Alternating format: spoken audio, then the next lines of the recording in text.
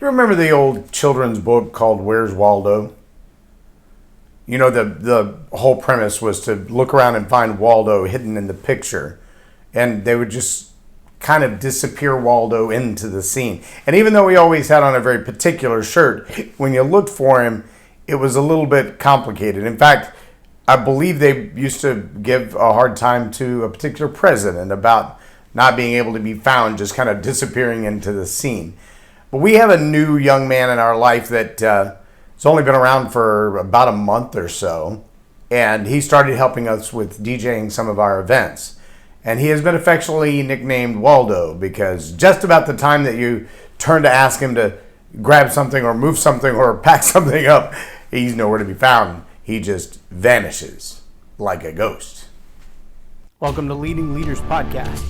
5-minute videos, 5 days a week. I'm J Loren Norris with Leading Leaders Podcast.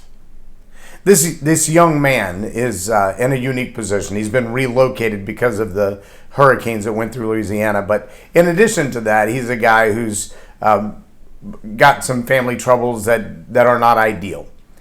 But I didn't know him at all until my son found him playing video games online. They built a relationship. They started talking over the phone. They started hanging out on FaceTime and Snapchat and Twitter. They ended up in a bunch of Snapchat groups together and I guess text groups together, all talking about the video game. But as he shared what was going on in his world, my son kind of adopted him, for lack of a better term, and said, hey, you know, you don't have to feel like you're alone in this world. You got me. Well, now he's got us, I guess, because when my son went on a fishing trip, my boys, my older son and my younger son, drove 5.5, 6 hours to go fishing with a bunch of old dudes. And when they came back, they picked this kid up and brought him home with them. And I'm like, we got a full house now, but what's the whole point? And as they explained it, they said, you know, he's got a rough life. He's got a rough story. He's in a tough spot. And he needs a job, but he needs some direction. And the challenging part for me is that, you know, I'm kind of at that place where I'm just almost an empty nester. My baby's 21. You know, if not for COVID, they'd probably be out on their own in their own apartments and all that already. But the job changes and unemployment kind of sent them back home for a minute. I get that. But now we got an extra. And from time to time, I like to think they're all adults. They're all grown men. Let them do their own thing. And I caught myself the other day asking this new young man, because I asked him to do something. And he looked at me like a deer in the headlights. Not like I refused to do it, but like, I don't understand what you're asking me to do. And then he makes mistakes that I think are, a 5 or 10-year-old wouldn't be making those kind of mistakes. An example, he said, I want to earn some extra money. I said, look, there's a lawnmower, there's a weed eater, and there's a leaf blower all in the shed. There's a bunch of people in our neighborhood that don't mow their own yards, and a lot of the kids that would have been doing that, I've gone back to school. So why don't you just walk up, knock on the door, and say, hey, I've been relocated because of the hurricane. I'd love to mow your yard. Here's my price. Well, he got like 5 or 6 people to agree in less than an hour. Then he comes back, gets the lawnmower, goes out, gets 1/2 of 1 yard mowed, and then calls me and says it won't start anymore. I'm like, why would it not start? He said, well, it ran out of fuel, but I put more gas in it, and now it won't start. Well, now what are you going to do with all these other customers? Well, I get home that night, and I try to start it myself, and it doesn't even sound right. Come to find out, he didn't put gas in the lawnmower. He put diesel fuel in my lawnmower. I'm like, dude, you just turned 19 at the beginning of the month. You don't know diesel fuel from gasoline? He's like, no, I didn't know there was any difference. I just picked up the can and I poured it in there. I'm like, you got to sniff it first. He's like, I wouldn't know the difference if I did sniff it. And see, these are the things that I'm thinking back to myself. You know, I've been in my boys' life all of their life. They've known diesel fuel from gasoline because they made that mistake when they were 4 or 5 years old, because we had a diesel F-250 and we had gas cans and diesel cans, and they're marked in the garage. But they knew the difference because they tried to do that when they were little. But they haven't made that mistake in 15 years. It's hard for me to understand sometimes, to remember sometimes that not everybody's had that advantage. Not everybody's had that opportunity.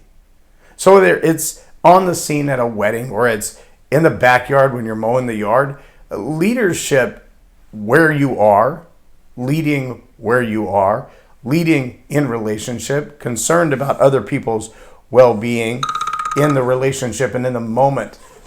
There's a lot more to it than simply saying, I do this, I want to lead in the moment. It's a great mantra.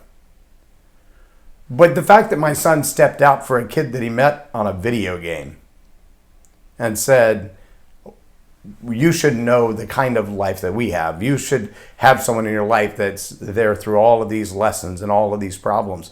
And we've now had, I could give you at least half a dozen object lessons where decisions have been made and I tried to correct them, but it was too late already. Or a big decision was about to be made and I said, hold up. Why don't we try it like this and this and this first? I'm just saying, I'm not telling you what to do, but if I were you, I would do it this way and see what the outcome is. And he came back to me and said, you saved me over $1,000. Just doing that one thing. I'm so glad that I listened to you. And I think to myself, what's it like to reach that place at almost 20 years old, almost a grown man, and not have somebody speaking into your life that kind of advice? Look, I don't care if you're a DJ or a motivational speaker or a leadership coach or a basketball coach or a little league soccer coach. I don't care if you're the chef or the shift supervisor at the local fast food restaurant. There are people in your life that no one has ever taken the time to speak into their life. Nobody's ever given them that little bit of advice without pushing them and controlling them, just to give them an option of something to think about that perhaps they've never thought about. And trust me when I say our world is in desperate need for that right now. There are a lot of young people that the only advice they've heard, the only direction they've heard has been mantras shoved down their throat from education, from social media, from public schools, from wherever, from news media, from video games, from movies. But somebody who actually takes an interest in their life and is concerned about their life and their well-being, taking a moment just to speak into their life and give them advice, not to control them, but to give them other options. That's what they really need. Leading where you're at isn't about creating a new job or creating a new title or creating a new role. It's about understanding that every opportunity you have to build a relationship with someone is another opportunity to influence them. And as my mentor says, John Maxwell, leadership, it's influence, nothing more and nothing less. So just remember, whatever it is you're doing, whatever vocation you have, leading where you are is not a mantra. It's a daily practice. I'm J Loren Norris with Leading Leaders Podcast for Tell It Like It Is TV. Have a blessed day. Subscribe now for our extensive video library of leadership lessons promoting faith, family, and freedom.